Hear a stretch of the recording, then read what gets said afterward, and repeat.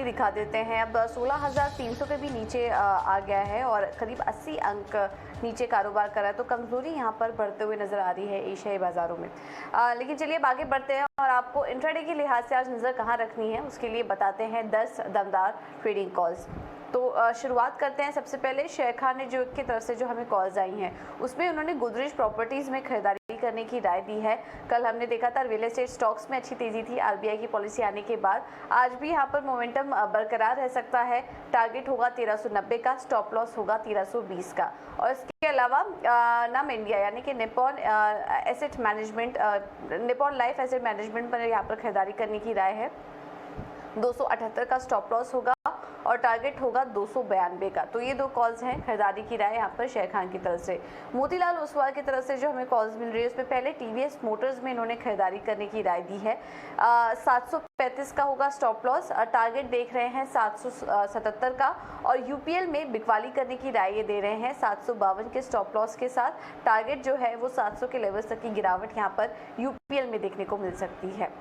इसके अलावा IDBI capital ने दोनों ही फार्मा स्टॉक्स में खरीदारी करने की राय दी। और कल हमने देखा था कि आखिरी कुछ घंटों में फार्मा शेयरों में भी अच्छी तेजी देखी गई थी। एल्केम लैब्स यहाँ पर पहला खरीदारी करने का कॉल है। 3160 के लेवल्स पर यहाँ पर आप खरीदारी कर सकते हैं। स्टॉप लॉस होगा 31.5 का और टारगेट होगा 3270 का। और इसके अलावा बायोकॉन में भी खरीदारी करने की राय यहाँ पर दी जा रही है। 315 का स्टॉप लॉस होगा और टारगेट होगा 333 का। आगे बढ़ते हैं और अगले कॉल है गेल में खरीदारी करने की यहाँ पर दी जा रही है। टारगेट 148 का और स्टॉप लॉस 100 माफ़ कीजिएगा, यहाँ पर जो टारगेट की सुधार रहे हैं वो 160 का है, स्टॉप लॉस 148 का लेकर चलिए। ये राय यहाँ पर गेल में दी जा रही है। और इसके अलावा इंडसइंड बैंक में आज बिकवाली करने की राय यहाँ पर दे रहे हैं रिलायंस की तरफ से। स्टॉप लॉस 930 का होगा, टारगेट 875 का। ये कुछ राय रिलायंस सिक्योरिटीज़ की तरफ से यहाँ पर दी जा रही है। और आखिर में बात करते हैं निर्मल बैंक की। तो यहाँ पर इन्होंने एमी ऑर्गेनिक्स में खरीदारी करने की राय दी है। 955 के लेवल्स के लिए यहाँ पर आप खरीदारी कर सकते हैं। स्टॉप लॉस होगा 910 का। और इंसेक्टिसाइड्स में भी खरीदारी करने की राय 840 के टारगेट के लिए, स्टॉप लॉस होगा 770 का।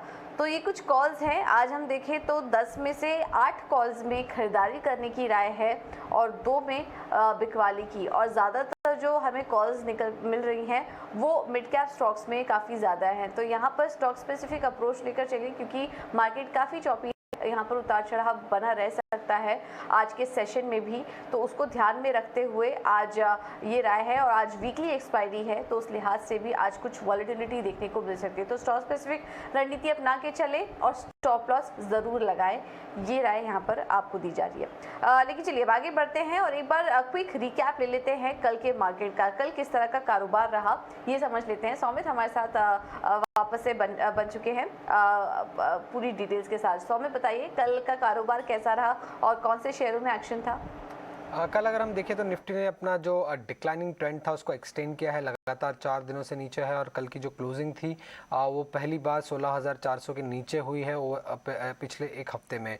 निफ्टी बैंक इंडेक्स की अगर हम बात करें तो 2 दिन से डिक्लाइन किया जा रहा है। जो क्लोजिंग हुई है वो 35,000 लेवल के बीच बिलो हुई है first time in last 2 weeks.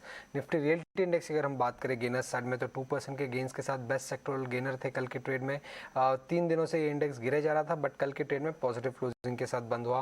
Nifty media index की अगर हम बात करें तो उसमें करीब 1.5% के आसपास के गेंस दिखे। 3 दिनों से ये इंडेक्स भी गिरे जा रहा था बट कल के ट्रेड में पॉजिटिव क्लोजिंग के साथ बंद हुआ है। एफएमसीजी इंडेक्स की अगर हम बात करें लूजर साइड में तो सिर्फ 1% के आसपास की ड्रॉप हमें देखने को मिली थी। पिछले 4 दिनों से ये इंडेक्स कंटिन्यूसली गिरे जा रहा है। करीब 3 से 3.5% के लॉसेस अब तक हमें पिछले 4 दिनों में निफ्टी एफएमसीजी इंडेक्स में दिखे हैं। अब निफ्टी इंफ्रा इंडेक्स की अगर हम बात करें तो उसमें करीब 2% का फॉल देखने को मिला है पिछले 4 दिनों में। और निफ्टी पीएसयू इंडेक्स में अगर हम देखें तो थोड़े बहुत गेंस थे कल के ट्रेड में। 3 दिन गिरने के बाद कल करीब 0.5% 0.7% गेंस के साथ बंद हुआ Nifty PSU index, PSU bank index.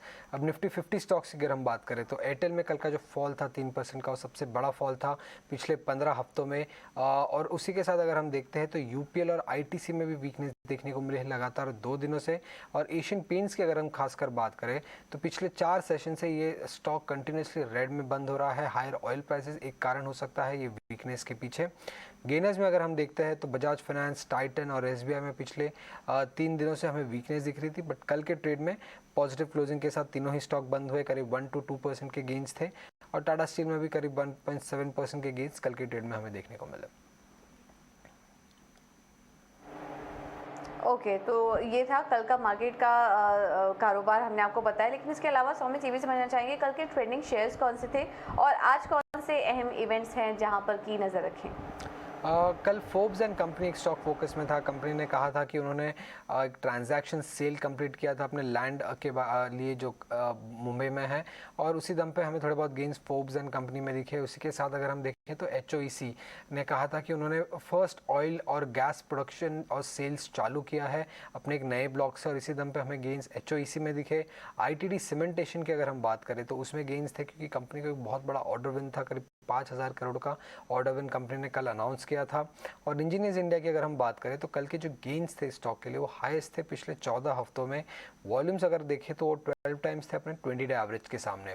अब लूजर्स के साइड में अगर हम देखते हैं तो गुजरात गैस का नाम आता है। UBS ने अपना टारगेट प्राइस कट किया था करीब 550 to 400, और वो सबसे पहले थे स्ट्रीट में जिन्होंने इंडिकेट किया कि जो मॉर्बी रीजन है वहाँ पे काफ़ी सारे यूनिट्स गैस से प्रोपेन में स्विच कर रहे हैं, जिसकी वजह से वॉल्यूम्स और मार्जिन पे एक बहुत बड़ा रिस्क आ सकता है गुजरात गैस के। हमने मॉर्बी एसोसिएशन के प्रेसिडेंट से भी बात की और उन्होंने भी इस चीज़ को कंफर्म किया।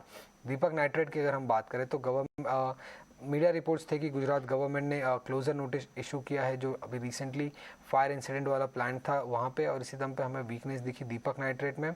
और पॉलीकैब की अगर हम बात करें तो उसमें वीकनेस थी क्योंकि इन्वेस्टेक ने अपना जो रेटिंग था इस स्टॉक पे उसको डाउनग्रेड किया। उन्होंने उनका पहले का रेटिंग होल्ड का था और उन्होंने उसे सेल पे डाउनग्रेड कर दिया था। और रेमंड की अगर हम बात करें तो पिछले 4 सेशन से ये स्टॉक गिरे जा रहा है। करीब 25% के लॉसेस अब तक रिकॉर्ड कर चुका है रेमंड पिछले 4 दिनों में। अब आज के लिए कौन सी चीज़ों पे ध्यान रखना होगा, पहले तो एक लार्ज कैप कंपनी TCS जिसका आज AGM है तो ये फोकस में रहेगा स्टॉक। AGM भले ही पोस्ट मार्केट है तो पूरे दिन भी ये स्टॉक हमें फोकस पे रखना होगा। और मिष्टान फूड्स की अगर हम बात करें तो वो स्टॉक भी फोकस रहेगा क्योंकि उनका आज बोर्ड मीट है जहाँ पे वो बोनस इशू कंसिडर करने वाले हैं। ओके, तो TCS रहेगा फोकस में और मिष्टान फूड्स बोनस शेयर्स जारी कर सकते हैं, इसके चलते आज ये स्टॉक पर भी नज़र रखिए। बहुत बहुत शुक्रिया सौमित हमारे साथ जुड़ने के लिए और ये सारी डिटेल्स बताने के लिए। तो ये कुछ इंपॉर्टेंट इवेंट्स हैं जहां पर कि आज नज़र रहेगी। इसके अलावा भी आज